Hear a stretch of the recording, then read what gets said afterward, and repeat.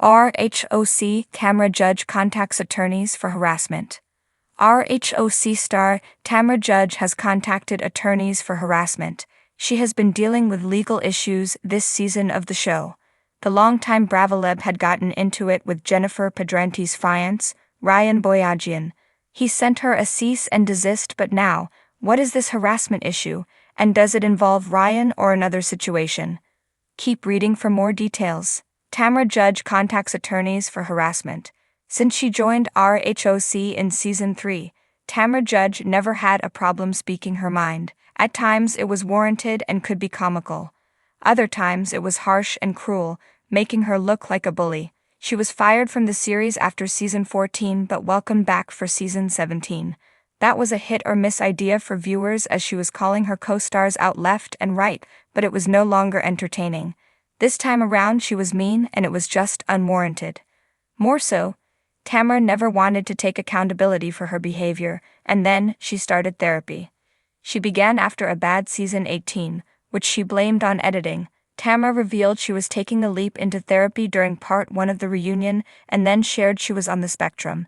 She soon caught backlash for that, as viewers felt she was using that as an excuse for bad behavior. Though she apologized soon after, it may not have been enough. Now, Tamra is contacting attorneys, and this time it has nothing to do with her co-stars or any fellow Bravolebs. According to Mill, Tamra Judge is looking into suing Bravo Babe, real name Christina Huber, who is a digital creator. She is alleging that Christina has been harassing me for weeks. More so, Christina claimed that Tamra held a leadership role for a big Bravo TV news outlet, which the OC star maintains is a blatant lie. She also shared a very strong message on her social media to Christina, letting her know of her plan. Changing her tune. Christina Huber has since deleted her post about Tamra Judge. She shared this on Instagram, and some fans were shocked. Yet others were on her side and encouraged Christina to countersue Tamra. Countersue for intimidation. She has no reason to threaten you with a lawsuit. Truly am sorry she went full Tamra on you. Tamra is always gonna Tamra. Girl, you didn't do anything wrong for her to threaten you in a lawsuit. Tamra needs to stop her shenanigans. We are Team Bravo Babe. It is unclear if Tamra will continue to seek legal counsel or just drop the whole situation. Christina is trying to make it right, but that does not always work for the hottest housewife in Orange County. Tamra Judge sat at her kitchen island, tapping her freshly manicured nails on the marble countertop.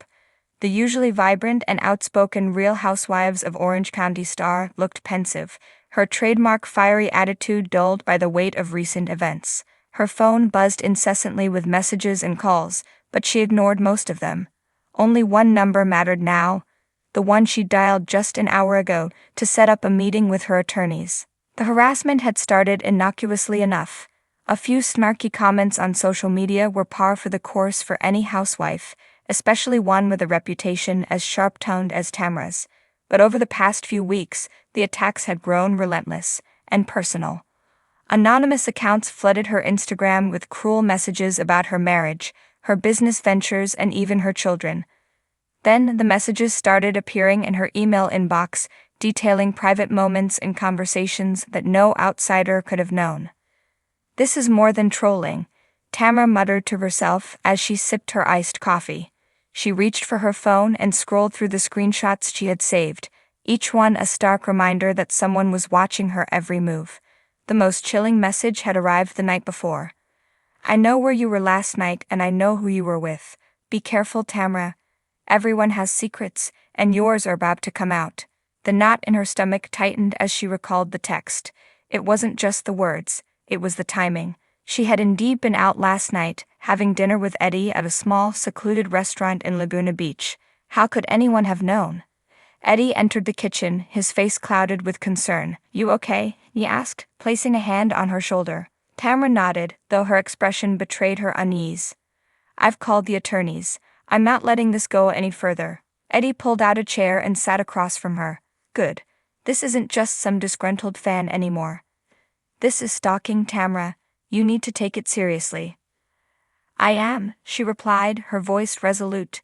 I'm not going to let some coward hiding behind a screen intimidate me.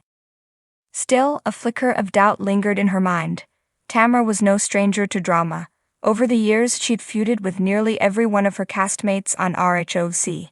Could one of them be behind this? Shannon, perhaps still nursing wounds from their falling out, or maybe Heather, who had recently rejoined the cast and seemed eager to reassert her dominance. Tamra shook her head, dismissing the thought.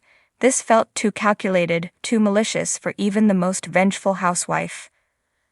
Later that afternoon, Tamra met with her attorneys at a sleek office in Newport Beach. The room was minimalist and professional, a stark contrast to the chaos that had engulfed her life. "We've reviewed the messages and emails you sent over," one of the attorneys began, flipping through a file. "This isn't just harassment, it's a clear violation of your privacy. Whoever is doing this has access to sensitive information, and that's a serious concern." Tamra leaned forward, her elbows resting on the polished table. "What can we do about it?" "We'll start by filing a report with the authorities," the attorney continued. "From there, we can work with a cybersecurity expert to trace the IP addresses linked to these messages. If we can identify the perpetrator, we can pursue legal action for harassment, stalking, and invasion of privacy." Tamra exhaled, a mix of relief and apprehension washing over her. "Good. I want them to know they messed with the wrong person." By the time Tamra returned home, the sun was setting, casting a warm orange glow over her backyard. She stepped outside and sat by the pool, her mind racing with questions. Who could hate her enough to do this? And why now? Her thoughts were interrupted by the sound of her phone ringing. It was Shannon. "Hey," Tamra answered cautiously. "Tamra, are you okay?" Shannon's voice was uncharacteristically soft. "Why do you ask?" "It's all over the blogs," Shannon replied. "About the harassment. I just wanted to check in." Tamra's heart sank. She hadn't told anyone about the situation, not even her closest friends. "How did they know?" she asked, her voice tinged with frustration. "I don't know," Shannon admitted, "but you should see what they're saying. Some of the comments are brutal." Tamra ended the call and immediately opened her phone to check the latest headlines. Sure enough, the story had broken.